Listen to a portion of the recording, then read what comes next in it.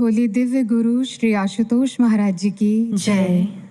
श्री सत्य सनातन धर्म की जय। सच्चे दरबार की जय। गुरु भाइयों और बहनों, आपने अक्सर सुना होगा, एक बहुत कॉमन फ्रेज है, बिलीफ है। Time is a great healer. Time cures, time heals. समय के साथ सारे जख्म भर जाते हैं, लेकिन इसके साथ एक फैक्ट और जुड़ा है।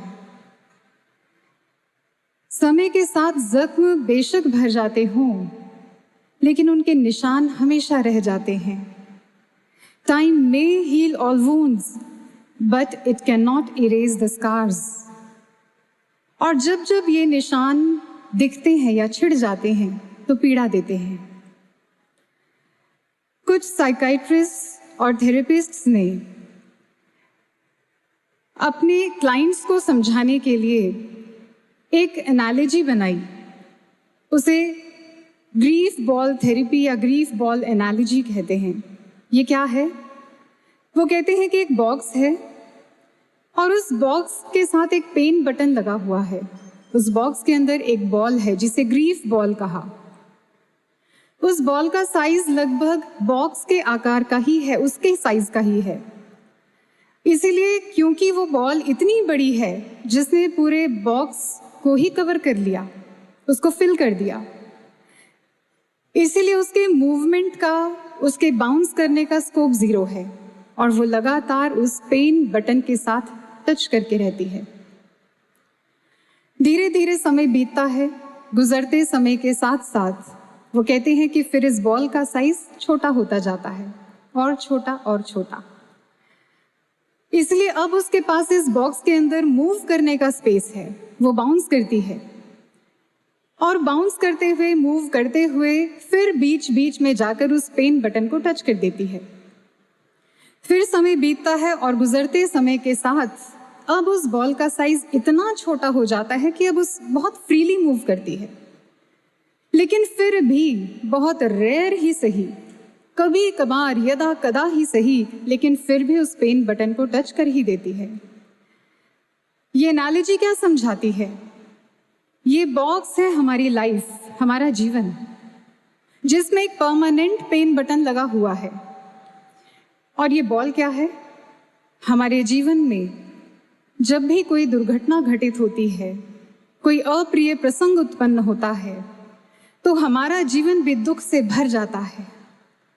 और वो दुख इतना बड़ा होता है कि वो हमारे पूरे जीवन को भर देता है, क्योंकि ना हम उस दुख के अलावा कुछ और सोच पाते हैं, ना कुछ और समझ पाते हैं, ना किसी और की तरफ ध्यान दे पाते हैं। इसलिए लगातार वो हमें पीड़ा देता रहता है, दर्द में रहते हैं हम।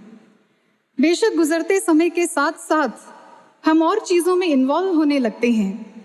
हम अपने फ्रेंड्स, अपने रिश्तेदार, अपने नाते संबंधी, अपने दिन भर के या अपने जीवन के और ज़रूरी कार्यों के बीच में इन्वॉल्व होते हैं, उसमें पार्टिसिपेट करने लग जाते हैं, उनके खुशी में शामिल होते हैं, फंक्शंस अटेंड करते हैं। तो एक तरीके से हमने अपने आप को बाउंस करना सिखाया, हमने अपने आप को कहीं इन्वॉल्व करना सिखाया। इसके साथ साथ हमें लगता है कि हमारा दुख हम भूल गए, वो छोटा हो गया, लेकिन pain button is still there. और इसीलिए बार बार या बीच बीच में, यदा कदा ही सही, जैसे ही उसकी याद आती है और हम फिर से पीड़ा में आ जाते हैं। और सज्जनों, एक बात और नोट करें, हमारे पास केवल एक ग्रीफ बॉल नहीं है। हमारे जीवन में तो न जाने कितनी ही ग्रीफ बॉल्स हैं, न जाने कितनी ही दुख हैं। इसलिए कभी कोई बॉल जाकर टकरा ही जाती है, कभी कोई दुख पीड़ा दे जाता है, कभी कोई बात याद आ जाती है और वही हमारे जीवन को दुखों का पर्याय बना देती है। और ऐसे में हम कोशिश करते हैं, हम कोई साथी ढूंढते हैं, हम कोई सहारा ढूंढते हैं, कोई ऐसा मिले जो हमारे दुख को सुने, जो हमारे दर्द को समझे। हम शेयर करते हैं अपनी बातें और बदले में हमें सांत्वना मिलती है, सहानुभूति मिलती है। लेकिन उसके बाद क्या? फिर कोई बॉल जाकर टकराती है और हम पहले ही जैसी स्थिति में आ जाते हैं। तो समाधान क्या है? एक बार गुरुदेव श्री आशुतोष महाराज जी के पास एक व्यक्ति आए, बड़े हताश परेशान महाराज जी के सानिध्य में आए। उन्होंने अपने मन की व्यथा महाराज जी के समक्ष रखी। उन्होंने कहा कि महाराज जी, मेरा मन बड़ा दुविधाग्रस्त है, मन बड़ा अशांत है, मैं समझ ही नहीं पाता कि क्या कहूँ, क्या करूँ, क्या सोचूं। आप कृपया कोई सूत्र दीजिए, मेरे मन का समाधान कीजिए। महाराज जी ने एक कागज के ऊपर अपने श्री हाथों से गीता की एक संस्कृत बद्ध पंक्ति लिखी अर्थ के साथ। महाराज जी ने लिखा, सुहृदम सर्वभूतानां ज्ञात्वा माम शांति मृच्छति, अर्थात जिसने मुझे अपना सुहृद जान लिया है। सुहृद अर्थात मित्र, सखा, हितैषी, जो दिल के सबसे करीब है। महाराज श्री ने लिखा, जिसने मुझे अपना मित्र, मुझे अपना हितैषी जान लिया है, उसके ऐसा जानने मात्र से शांति मिल जाती है। उसे जानने मात्र से शांति, कितना बड़ा सूत्र है, कितना चमत्कारी सूत्र है ये। जिसने महाराज जी को अपना मान लिया, अपना समझ लिया है, उसको महाराज जी के ऐसा जान लेने से कि ये मेरे अपने हैं, उसे शांति मिल जाएगी। क्योंकि महाराज जी सहानुभूति नहीं, समानुभूति देते हैं। आप कहेंगे समानुभूति क्या है? नया शब्द है। समानुभूति अर्थ हमारे दुख में डूबे मन को निचले स्तर से उठाकर महाराज जी अपने स्तर तक लाने का प्रयास करते हैं। जहां दुख, क्लेश, संताप नहीं है, जहां पीस है, जहां शांति है, जहां ठहराव है, जहां आनंद है। एक बार महाराज जी ने किसी से प्रश्न किया। महाराज जी ने कहा कि बताइए, स्वस्थ किसे कहते हैं, स्वस्थ होना किसे कहते हैं? उन्होंने आपकी हमारी संकीर्ण बुद्धि के समान ही उत्तर दे दिया। कहा कि महाराज जी, तन से मन से हेल्दी रहना, फिट रहना, इसी को स्वस्थ कहते हैं। महाराज जी ने कहा फिर बुलंद आवाज में कहा कि जो स्व में स्थित है केवल वही स्वस्थ है। समझी? जी महाराज जी, जो स्व में स्थित है, और महाराज जी यही तो करते हैं। वो हमें स्व में स्थित रहने की कला देते हैं, इसीलिए मन की सारी अस्वस्थता दूर हो जाती है गुरु के शरण में आने से, महाराज जी को अपना जान लेने से। एक कवि कहता है, बड़ी सुंदर पंक्तियां हैं, उसके भाव आपको बताते हैं। वो कहता है कि आप जीवन में खोज करो किसी ऐसे साथी, किसी ऐसे मित्र, किसी ऐसे हमसफर की, जो आपके कल परसों की गलतियों को नहीं देखता, बल्कि आपकी आज की कोशिशों को सराहता है। जो जिसकी नजर आपकी सफलताओं पर नहीं है केवल, जो आपके किए हर कार्य के पीछे छिपी आपकी भावना को समझता है, उसकी कद्र करता है। आप खोज करो किसी ऐसे हमसफर की जिसे आपको अपने आप को बार बार समझाना नहीं पड़ता। वो आपसे बेहतर आपको जानता है, आपसे ज्यादा आपको समझता है। एक बार एक गुरु बहन ने, उस समय वो कॉलेज में पढ़ती थी, महाराज जी के समाधि में जाने से पूर्व की बात है, उसने महाराज जी को फोन किया और मन में असमंजस था कि पता नहीं महाराज जी से बात होगी या नहीं होगी। लेकिन हमारे कृपा निधान सदगुरु श्री आशुतोष महाराज जी मन के हर भाव को पढ़ते हैं।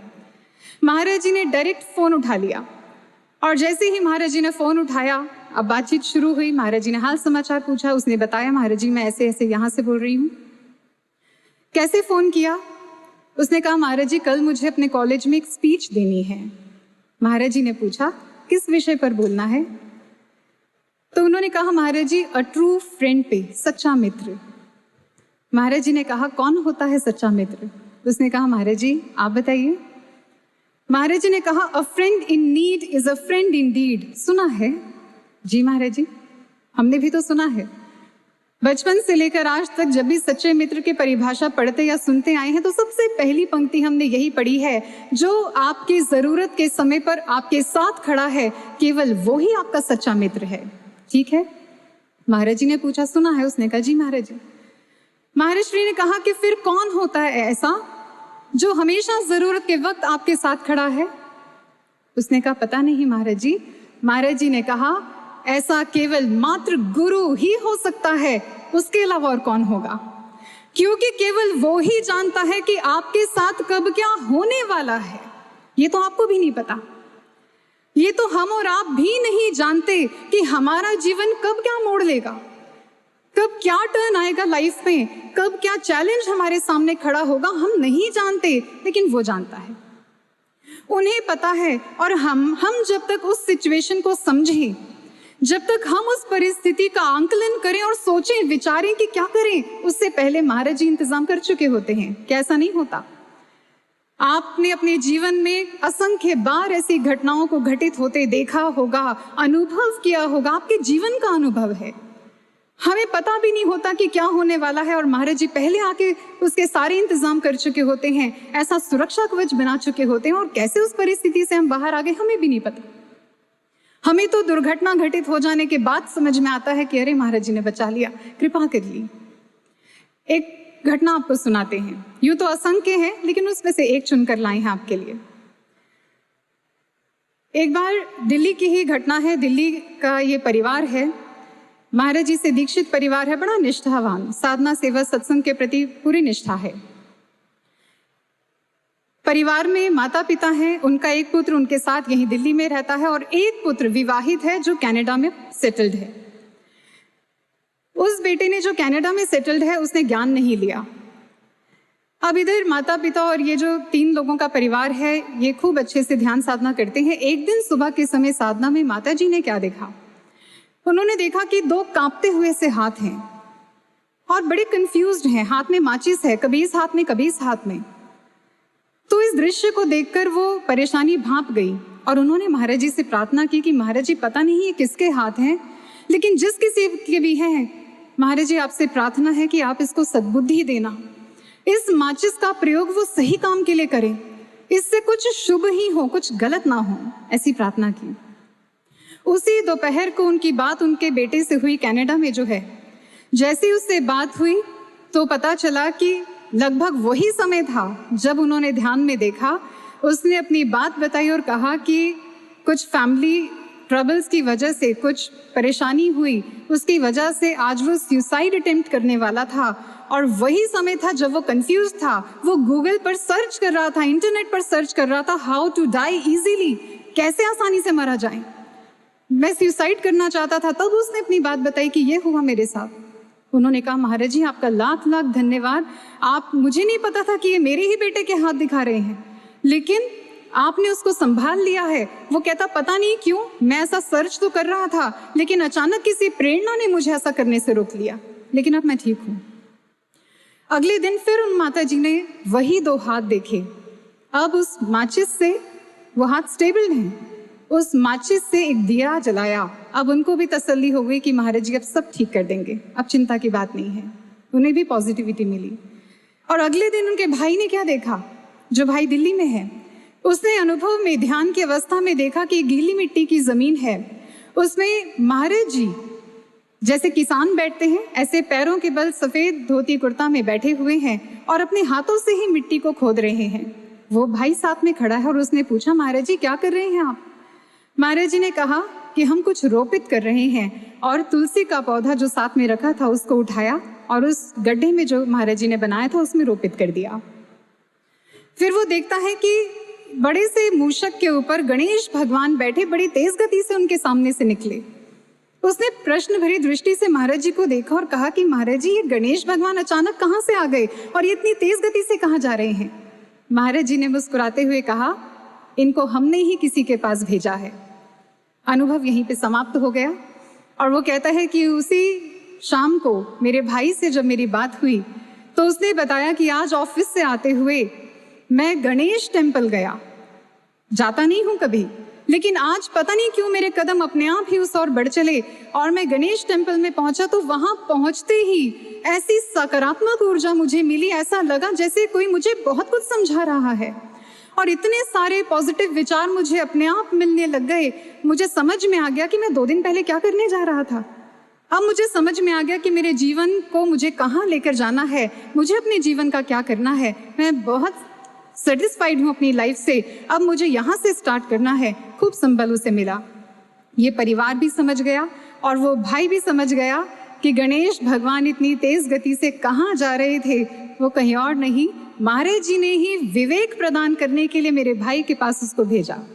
फिर उस भाई ने जब वो इंडिया आया, महाराज जी का स्वरूप अपने साथ लेकर गया, उसकी भी श्रद्धा बनी। घटना आपके जीवन में भी ऐसी ही प्रकार की कितनी सारी घटित हुई होंगी, लेकिन इसमें एक बात देखिए क्या है। वो ऐसी वेदना से गुजर रहा था, उसने ज्ञान भी नहीं लिया, लेकिन वो भाई ऐसी वेदना से गुजर रहा था जिसका जिक्र वो अपने परिवार से भी नहीं कर पाया, और वो किसी और देश में बैठा है, लेकिन यहाँ महाराज जी उसको कैसे संभाल रहे हैं, उनके माता पिता को भी सांत्वना दे रहे हैं, उनको भी पॉजिटिव कर रहे हैं और समझा रहे हैं कि मैं उसके साथ हूँ, तुम्हें चिंता करने की जरूरत नहीं है। ऐसे भगवान कहाँ मिलेंगे, ऐसे मित्र कहाँ मिलेंगे जो उनकी भी खबर रखते हैं, जिन्होंने कभी उनकी खबर नहीं रखी। इसलिए कवि कहता है, जिस दिन आपको ऐसा मित्र मिल जाए, जिस दिन आपको ऐसा साथी मिल जाए, ऐसा कोई संबंधी मिल जाए, आप किंतु परंतु मत करना, आप घुटनों के बल उसके आगे गिर जाना और अपना पूरा का पूरा उसे सौंप देना, क्योंकि आप अपने जीवन में, अपने जीवन से इससे ज्यादा और क्या एक्सपेक्ट करोगे और क्या चाहोगे। हमें ऐसा ही तो कोई चाहिए होता है जो इतना हमारा अपना हो। लेकिन ऐसे महाराज जी के मिलने के बाद भी, ऐसे साथी, ऐसे रहवर के मिलने के बाद भी हम घबराते क्यों हैं, हम चिंतित क्यों रहते हैं, हम किंतु परंतु में क्यों फंसे रहते हैं। अगर ऐसा नहीं हुआ तो हमने प्रार्थना तो की है, लेकिन महाराज जी ने अगर नहीं सुना तो, अगर ऐसा हो गया तो, वैसा नहीं हुआ तो, हम तो इसी में फंसे हैं। जानते हैं ऐसा क्यों है? एक छोटी सी बात से समझाते हैं। एक बार दो मित्र थे, छोटे बालक थे, एक के हाथ में बहुत सारी टॉफीज थी और एक के हाथ में बहुत सारे कंचे थे। तो उस मित्र ने कहा कि मित्र ऐसा करते हैं, तुम अपने सारी टॉफीज मुझे दे दो और मैं अपने सारे कंचे तुम्हें दे दूंगा। मित्र मान गया, ठीक है। लेकिन अब क्या हुआ, जैसे ही वो कंचे देने लगा, उसने एक बड़े साइज का कंचा अपने पास छुपा के रख लिया, अपने मित्र को नहीं दिया, और जबकि दूसरे मित्र ने अपना सब कुछ दे दिया, सारी टॉफीज उसे थमा दी। लेकिन उस रात वो बच्चा सो नहीं पाया जिसने एक कंचा अपने पास छुपा लिया था। जानते हैं क्यों नहीं सो पाया? वो बेचैन रहा सारी रात कि कहीं मेरी ही तरह मेरे मित्र ने भी कोई स्वादिष्ट टॉफी तो नहीं छुपा ली अपने पास, कहीं उसने भी ऐसा तो नहीं किया जैसा मैंने उसके साथ किया। जब पूरा समर्पण होता है तो किंतु परंतु नहीं रह जाता है।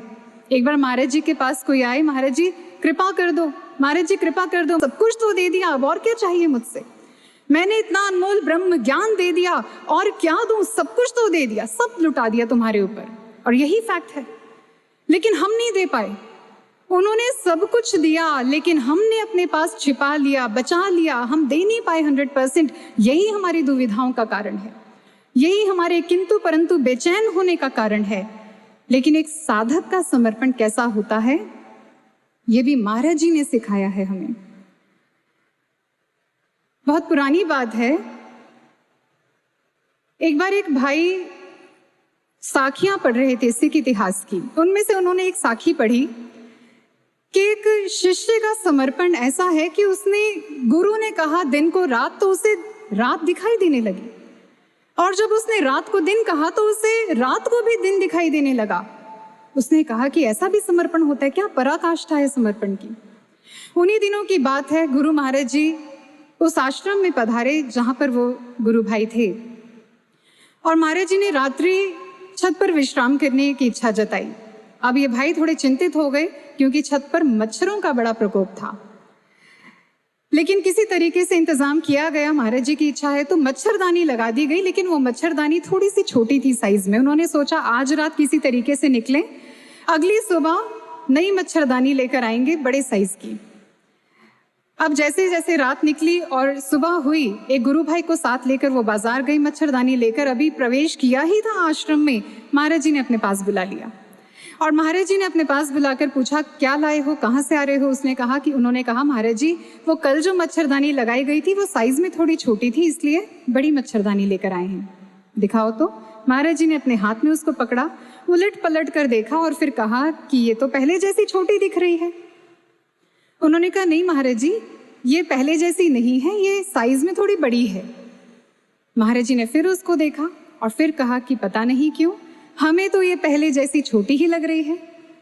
उस गुरु भाई ने कहा कि नहीं महाराज जी, पहले वाली मच्छरदानी इतने साइज की थी, इतने फीट की थी, ये इतने फीट की है, ये बड़े साइज की है, हम बड़े अच्छे से देखभाल करके लाए हैं। महाराज जी ने फिर कहा लेकिन पता नहीं क्यों हमें तो ये पहले जैसी छोटी ही लग रही है, बड़ी तो लगी नहीं रही। उन्होंने कहा कि महाराज जी अगर आपको ऐसा लगता है तो जो गुरु भाई मेरे साथ गए थे आप उनसे पूछ लीजिए, हम बहुत अच्छे से जांच परख करके ही इसको लेकर आए हैं, ये बड़े साइज की है। महाराज जी ने मुस्कुराते हुए मच्छरदानी उनको वापस दी और कहा साखियां केवल पढ़ने के लिए नहीं, जीवन में उतारने के लिए होती हैं। और इतना ही कहते हुए मुस्कुराते हुए महाराज जी तो कक्ष में चले गए, लेकिन वो गुरु भाई अपना माथा पकड़कर वहीं बैठे रह गए। ये मुझसे क्या हो गया? मैं गुरु के दिन को रात और रात को दिन कहने पर वो कैसे देख पाऊंगा? मैं तो महाराज जी के 3 बार कहने पर भी मच्छरदानी को छोटा करके नहीं देख पाया। उसको छोटा करके क्यों नहीं देख पाया? कहीं ये पछतावा हमारा भी तो नहीं है? बेशक है। ऐसा समर्पण नहीं है हमारा जैसा जिस कोटि का होना चाहिए। हमारे ग्रंथ कहते हैं सत्य असत्य विचार न कीजिए, गुरु का कथन मान सब लीजिए, हानि होए तो होने दीजिए। कितनी बड़ी बात है, हानि होए तो होने दीजिए। ये कितना मुश्किल काम है। कोई भी इंसान अपनी हानि क्यों होने देगा? हम इतने विवेकी हैं, इतने समझदार हैं, हमें पता है कि हमारा हित किस में है, अहित किस में है, और जानबूझकर देखते भालते हुए अहित क्यों करेंगे अपना? जब हानि दिख रही हो तो मन में दुविधा आएगी ही आएगी, प्रश्न उठेंगे ही उठेंगे, मन कोहराम मचाएगा ही मचाएगा कि ये गलत है, ये ठीक नहीं है, ऐसा नहीं होना चाहिए। लेकिन कितना बड़ा समर्पण चाहिए ऐसे में, जब गुरु कह दें कि यही और जैसा उन्होंने कहा वैसा ही, और उसके बावजूद भी अहित होता हुआ देखते हुए भी हम आंखें बंद करके वैसा कर लें। किसी ने विवेकानंद जी से पूछा क्या गुरु पर सच में अंधविश्वास करना चाहिए? विवेकानंद जी ने कहा कि हाँ, करना चाहिए, लेकिन केवल उस गुरु पर जो आपके इस आंख के अंधेपन को मिटा दे, केवल उस गुरु पर जो आपके इस तीसरे नेत्र को खोलकर ईश्वर का साक्षात दर्शन कराने की सामर्थ्य रखता है। जब आप अपने जीवन के हर पल में, हर स्थिति में अनुभव करते हो कि केवल वो ही अंतर से भी और बाहर से भी आपका सच्चा सहाय बनकर खड़ा है, ऐसे गुरु पर आप अंधविश्वास कर सकते हो। और जब कृपा होती है, क्योंकि जिसको हम हानि कहते हैं ना, हानि होए तो होने दीजिए, वो वास्तव में हानि नहीं है, उसमें भी कल्याण है, उसमें भी गुरु की कृपा है। लेकिन समझ कैसे आएगा? गुरु की कृपा सूक्ष्म रूप से होती है, सूक्ष्म जगत में होती है। उसको ना स्थूल दृष्टि देख सकती है, ना स्थूल बुद्धि समझ सकती है, उसके लिए सूक्ष्म जगत में ही उतरना पड़ता है। महाराज जी के मुखारबिंद एक घटना श्रवण की है, आपको भी सुनाते हैं। किसी ने प्रश्न किया था महाराज जी से, वो शायद ऐसी परिस्थिति से गुजर रहे थे, तो उन्होंने कहा कि महाराज जी, ध्यान साधना सेवा इस मार्ग पर दृढ़ता से चलते हुए सारे संस्कार मिट जाते हैं। ऐसा ही हमने सुना है और अनुभव भी किया है। लेकिन कई बार स्थितियां ऐसी होती हैं कि लगता है कि हम सब कुछ तो कर रहे हैं, लेकिन फिर भी ऐसे कौन से संस्कार हैं जो खत्म ही नहीं होने को आ रहे? फिर भी जीवन का दुख बना हुआ है, वो जा ही नहीं रहा। ऐसा क्यों होता है? महाराज जी ने कहा, यही प्रश्न द्रौपदी ने किया था भगवान कृष्ण से। गुरु थे भगवान कृष्ण द्रौपदी के। उन्होंने भी अपने गुरु से यही प्रश्न किया था कि मेरे साथ ऐसा क्यों हुआ। जब राजसभा में अपमानित होना पड़ा तो उसने कहा, आपके रहते मुझे ऐसा दृश्य, मेरे साथ ये घटना क्यों घटी? तो भगवान कृष्ण ने उसे बाहर से कुछ नहीं कहा। भगवान कृष्ण ने कहा, द्रौपदी ध्यान में बैठो, क्योंकि गुरु जानते हैं कि सूक्ष्म जगत में उतरकर ही समझ में आ सकता है कि कृपा कहाँ हुई है। जैसे ही द्रौपदी को ध्यान में बिठाया तो वो बैठकर अपने 11 जन्म देखते हैं गुरु की कृपा से। 11 जन्मों को उन्होंने देखा और उठकर खड़ी हो जाती हैं और कहती हैं कि मैंने अपने 11 जन्म देख लिए, लेकिन मैंने ऐसा कोई कर्म नहीं किया जिसका फल ऐसा मिले मुझे। भगवान कृष्ण कहते हैं कि धैर्य धारण करो और दोबारा बैठो। धैर्य की आवश्यकता है, क्योंकि जब ऐसी स्थिति उत्पन्न होती है तो सबसे पहले धैर्य छूटता है। लेकिन गुरु ये भी समझाते हैं कि धैर्य रखने की आवश्यकता होती है ऐसे समय में। जब वो धैर्य धारण करके दोबारा ध्यान में बैठती हैं तो अपना 12वां जन्म देखती हैं, और उसमें उन्होंने देखा कि वो एक राजकुमार थी और नदी के किनारे से जब जा रही थी तो स्त्रियां जो उसमें स्नान कर रही थी उनके वस्त्र किनारे पर रखे थे, उसका उन्होंने हरण किया। दृश्य देखा, समझ में आ गया कौन से पाप का फल है, कौन से कर्म का फल है जो मुझे आज मिलना था। ये दुर्घटना मेरे साथ घटित होनी थी, लेकिन अब उसकी आंखों में अश्रु हैं, तो इस भाव के कि अगर आप मेरे साथ नहीं होते तो क्या होता। ये गुरु थे जिन्होंने रक्षा की, जिन्होंने बचाया। ये गुरु की कृपा थी, जिसमें हानि दिख रही थी वो हानि नहीं हुई, कृपा हुई है। लेकिन उस कृपा को समझने के लिए सूक्ष्म जगत में उतरना पड़ेगा, तभी समर्पण भाव भी उत्पन्न होगा कि महाराज जी जो कर रहे हैं अच्छा कर रहे हैं। मेरे जीवन में परिस्थिति उत्पन्न हो रही है, महाराज जी ने मेरा हाथ पकड़ा है। महाराज जी जानते हैं मैं किस स्थिति में हूं, उसमें से निकालना भी वही जानते हैं। समय आते ही वो हो भी जाएगा, वो ठीक हो जाएगा।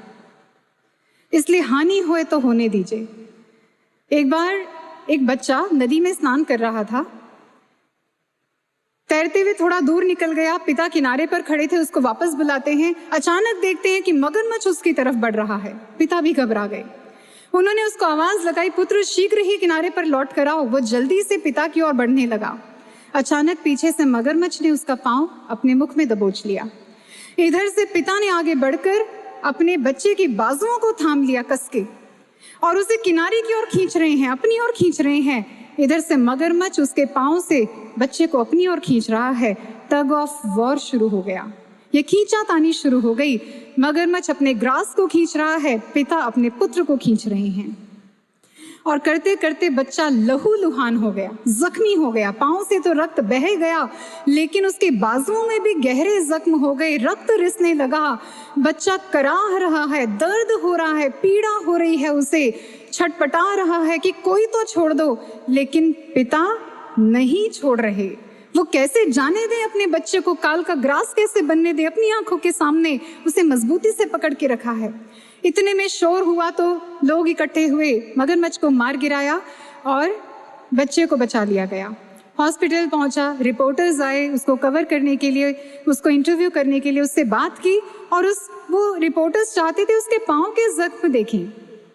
वो अपने कैमरे में उसको कैप्चर करना चाहते थे, लेकिन जानते हैं उस बच्चे ने क्या किया? उसने बड़े गर्व से कहा कि पांव के जख्म छोड़िए, आप मेरी बाजुओं के जख्म देखिए। उन्होंने कहा ये कैसे मिले? उसने कहा ये मेरे पिता के प्रेम के कारण मिले हैं। मुझे बहुत आनंद है इस बात का, बहुत गर्व है इस बात पर कि मेरे पिता मुझे इतना प्रेम करते हैं कि उन्होंने मुझे काल का ग्रास नहीं बनने दिया। वो जानते थे कि मैं जख्मी हूँ, वो जानते थे कि मुझे कष्ट हो रहा है, लेकिन मेरे बाजुओं को छोड़ा नहीं उन्होंने, अंत तक पूरा दम लगाया, मुझे बचाने की कोशिश की। यही करते हैं महाराज जी। सहजोबाई जी कहती हैं, बार बार नाते मिले 184 माही, सहजो सतगुरु ना मिले जो पकड़ निकासे बाही। जो हाथ पकड़कर दलदल से बाहर निकालने की क्षमता रखते हैं, ऐसे गुरु बार बार नहीं मिलते, बड़े सौभाग्य से मिलते हैं। जब महाराज जी हाथ पकड़कर दलदल से बाहर निकाल रहे हैं, जिस कीचड़ से, जिस माया, जिस विषय से, जिन विकारों से, जिन अज्ञानता, जिन अंधकार से महाराज जी ने निकालकर हमें बाहर खड़ा किया है, वो वापस उसी माया में हमें कैसे फंसने दें? इसीलिए बाजू पकड़कर थाम के रखते हैं, खींच के रखते हैं, और ऐसे में हमारा मन भी जख्मी होता है। हमारा मन बड़ा छटपटाता है, ये ठीक नहीं हो रहा, ऐसा क्यों, वैसा क्यों नहीं, महाराज जी ऐसा क्यों नहीं कर रहे, मैंने तो ये सोचा था, ऐसा होना चाहिए था, ये क्यों नहीं हो पाया। ये है ना मन के जख्म हमारे। मन आहत होता है जब हमारे मन के अनुसार नहीं होता, जब मन के अनुकूल नहीं होता तो मन जख्मी होता है। लेकिन ऐसे में उस बच्चे की तरह समर्पण करना पड़ेगा, उस बच्चे की तरह आनंद लेना सीखना होगा कि मेरे गुरु का प्रेम है मुझसे, ये तो आनंद की बात है कि मेरे गुरु मुझसे इतना प्रेम करते हैं कि मुझे छोड़ नहीं रहे, क्योंकि जानते हैं कि मेरा कल्याण नहीं है उसमें जो मैं चाहता हूं। जो परिस्थिति मैं चाहता हूं अपने लिए, उसमें मेरा हित नहीं है, ये मेरे महाराज जी जानते हैं। इसलिए मेरा हाथ पकड़कर मुझे थाम के रखा है, मुझे जाने नहीं देना चाहते, काल का ग्रास नहीं बनने देना चाहते। इसलिए जब ऐसे गुरु मिले हों, जब ऐसे संगी, ऐसे साथी मिले हों, फिर कहाँ क्यों जाएं, फिर कहीं और मन क्यों लगे। गुरु ही साचा मीत है, और कहाँ क्यों जाऊं, फिर कहीं और क्यों जाएं। भगवान शिव कहते हैं, बड़ी सुंदर बात है, भगवान शिव कहते हैं, शिव पूजा रतो वापि विष्णु पूजा रतो अथवा गुरु तत्व विहीनश्चे तत्वं तत्व सर्वं व्यर्थमेव ही। जब आपको गुरु से तत्व ज्ञान प्राप्त हो गया, आपको ऐसे ब्रह्मनिष्ठ गुरु मिल गए जिन्होंने आपके अंतर्घट में ही परमात्मा का साक्षात दर्शन करवा दिया, वास्तव में ईश्वर को आपके अंतर में ही आपसे मिला दिया। फिर ऐसे गुरु के ज्ञान मार्ग को छोड़कर, ऐसे गुरु से मिले तत्व ज्ञान का महत्व ना समझकर, अगर आप शिव की ही पूजा करने क्यों ना लग जाओ, शिव पूजा रतो वापि विष्णु पूजा रतो अथवा, चाहे आप भगवान शिव को मनाओ, चाहे विष्णु जी की पूजा में रत रहो, भगवान शिव कहते हैं सब व्यर्थ हो गया आपका। आपने सब कुछ प्राप्त कर लिया अपने गुरु से, लेकिन अपने मन को यहाँ और वहां भटकाकर सब कुछ खो दिया। आप कुछ प्राप्त नहीं कर पाओगे। अब अगर आप कुछ भी प्राप्त कर पाएंगे तो केवल गुरु के ज्ञान मार्ग पर चलकर कर पाएंगे, इसके अतिरिक्त और कुछ नहीं। और जिसने ऐसा किया है, जो ऐसा करता है, जो निष्ठा पूर्वक इस मार्ग पर चलता है, गुरु को अपना सुहृद जानकर सब कुछ उन पे छोड़कर चल पड़ता है उनके इशारों पर, गुरु महाराज जी उसके जीवन में कभी कोई भार रहने नहीं देते। एक बड़ी प्यारी घटना है दिल्ली की ही, इस घटना को सुनाकर मैं अपनी वाणी को विराम दूंगी। दिल्ली की बात है, एक परिवार है, उनमें जो भाई हैं पेशे से वो पेंटर हैं, बहुत संपन्न परिवार नहीं है, धन से बेशक वो समृद्ध नहीं है, लेकिन भावना से बड़े समृद्ध हैं। महाराज जी के प्रति जो निष्ठा है, जो भाव है, वो अपार है। टेंट सेवा के सेवादार हैं।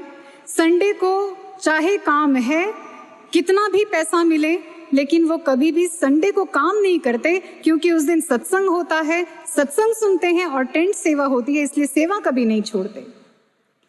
एक छोटे से कमरे में, किराए के कमरे में रहते हैं और 6 सदस्यों का परिवार है, जिनमें वो स्वयं पति पत्नी और 3 बच्चे हैं, बड़े हैं, जिनमें से एक का विवाह हो गया, बहू भी साथ में रहती है। कमरे के अंदर ही रसोई घर भी है, एक छोटा सा कमरा। खुद के रहने के लिए स्थान नहीं है, लेकिन उन्होंने महाराज जी को जो स्थान दिया है, उस कमरे के अंदर एक बहुत बड़ा सा एक टेबल लगाया है, उसमें 6-7 स्वरूप, इतने साइज के 6-7 स्वरूप लगाकर महाराज जी का सुंदर दरबार सजाया हुआ है। और कमरे की कौन सी दीवार, कौन सी वस्तु ऐसी होगी जहां पर महाराज जी का कोई स्वरूप या स्टिकर नहीं होगा, जहां दृष्टि घुमाओ महाराज जी के दर्शन ही दर्शन होंगे। सोचिए, जिन्होंने अपने छोटे से कमरे में महाराज जी को इतना स्थान दिया है, उन्होंने अपने हृदय में कितना स्थान दिया होगा। उनके जीवन की घटना वो सुनाते हैं। उनकी बेटी जिस समय स्कूल में पढ़ रही थी, तो वो कहते हैं कि अब स्कूल से एक मैसेज आया, कहा गया कि एक फॉर्म भरना है, जिस फॉर्म पर बेटी की करंट फोटो, अभी की फोटो लगेगी। तो उस समय स्थितियां ऐसी थी, वो कहते हैं 20 रुपए लगेंगे फोटो खिंचवाने के, और मेरे पास 20 रुपए भी नहीं थे, इतनी कंगाली थी।